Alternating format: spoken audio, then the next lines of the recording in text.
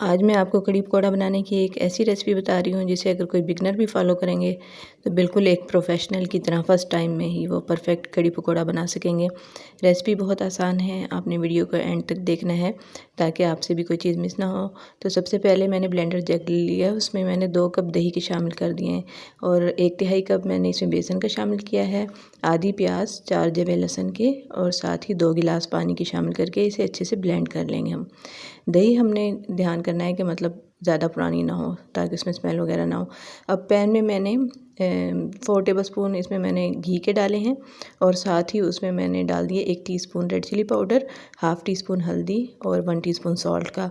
बस हल्का सा हमने इसको मसाले को भूनना है, जलाना नहीं है। और साथ ही जो ब्लेंडेड मिक्सचर है वो इसमें शामिल कर दिया है और मज़ीद 2 से 3 गिलास मैंने पानी के शामिल कर दिए हैं। फ्लेम को ऑन कर दिया है। जब तक इसमें बॉयल नहीं आएगा हम इसमें चम्मच चलाएँगे ताकि ये उबल के बाहर ना आए और जैसे बॉयल आना शुरू हो तो फ्लेम को हम मीडियम कर देंगे और आधे घंटे के लिए पकने के लिए रख देंगे। इस दौरान पकोड़े हम बना लेते हैं। तो 1 कप बेसन में मैंने 1 टीस्पून रेड चिली पाउडर और 3/4 टीस्पून इसमें सॉल्ट का और 1/4 टीस्पून हल्दी का शामिल किया है। सब चीज़ों को थोड़ा थोड़ा पानी डाल के हम इसका बैटर रेडी कर लेंगे, ना तो बहुत थिन हो और ना ही बहुत थिक हो। ये देखें बैटर ऐसा मैंने रेडी कर लेना है और इसमें शामिल कर दी मैंने 1 प्याज बारीक स्लाइस करके और 1 चुटकी इसमें मैंने मीठा सोडा शामिल कर दिया है। अब पकौड़े हम फ्राई कर लेंगे। घी को मैंने अच्छे से गर्म कर लिया है।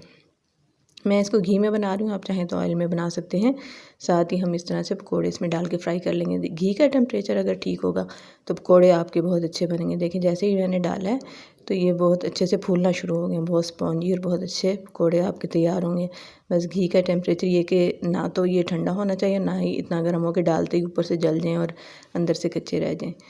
तो फ्लेम का आपने बिल्कुल इसमें ध्यान रखना है। पकोड़ों पे अच्छा सा कलर आ जाए तो हम सारे पकोड़े इसी तरह बना के एक साइड पे रख लेंगे। कढ़ी को पकते हुए आधा घंटा हो गया। अब इसमें मैंने शामिल कर दिया हाफ़ टीस्पून कसूरी मेथी का, इसको मसल के शामिल कर दें और मज़ीद इसको 10 से 12 मिनट के लिए मैं पका लूँगी। ये देखें 12 मिनट बाद इस तरह से कढ़ी हमारी बिल्कुल तैयार हो गई है। इसको बहुत ज़्यादा थिक नहीं करना वरना पकोड़े जब डालेंगे तो फिर वो पकोड़े भी सारी वो कढ़ी जो है वो एब्ज़ॉर्ब कर लेते हैं। तो अब पकोड़े इसमें मैंने शामिल कर दिया। आपने देखा जिस तरह बबल आ रहे थे, बिल्कुल इसी तरह ये निशानी होती कढ़ी पकने की। कढ़ी का मैंने फ्लेम ऑफ कर दिया था। अब तड़का इसका मैं तैयार कर रही हूँ।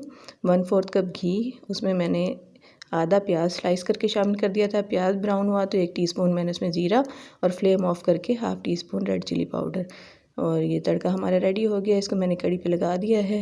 बहुत ही टेस्टी हमारी कढ़ी रेडी हो गई है। आपने रेसिपी को ज़रूर ट्राई करना है और मुझे फ़ीडबैक देना है। Thanks for watching.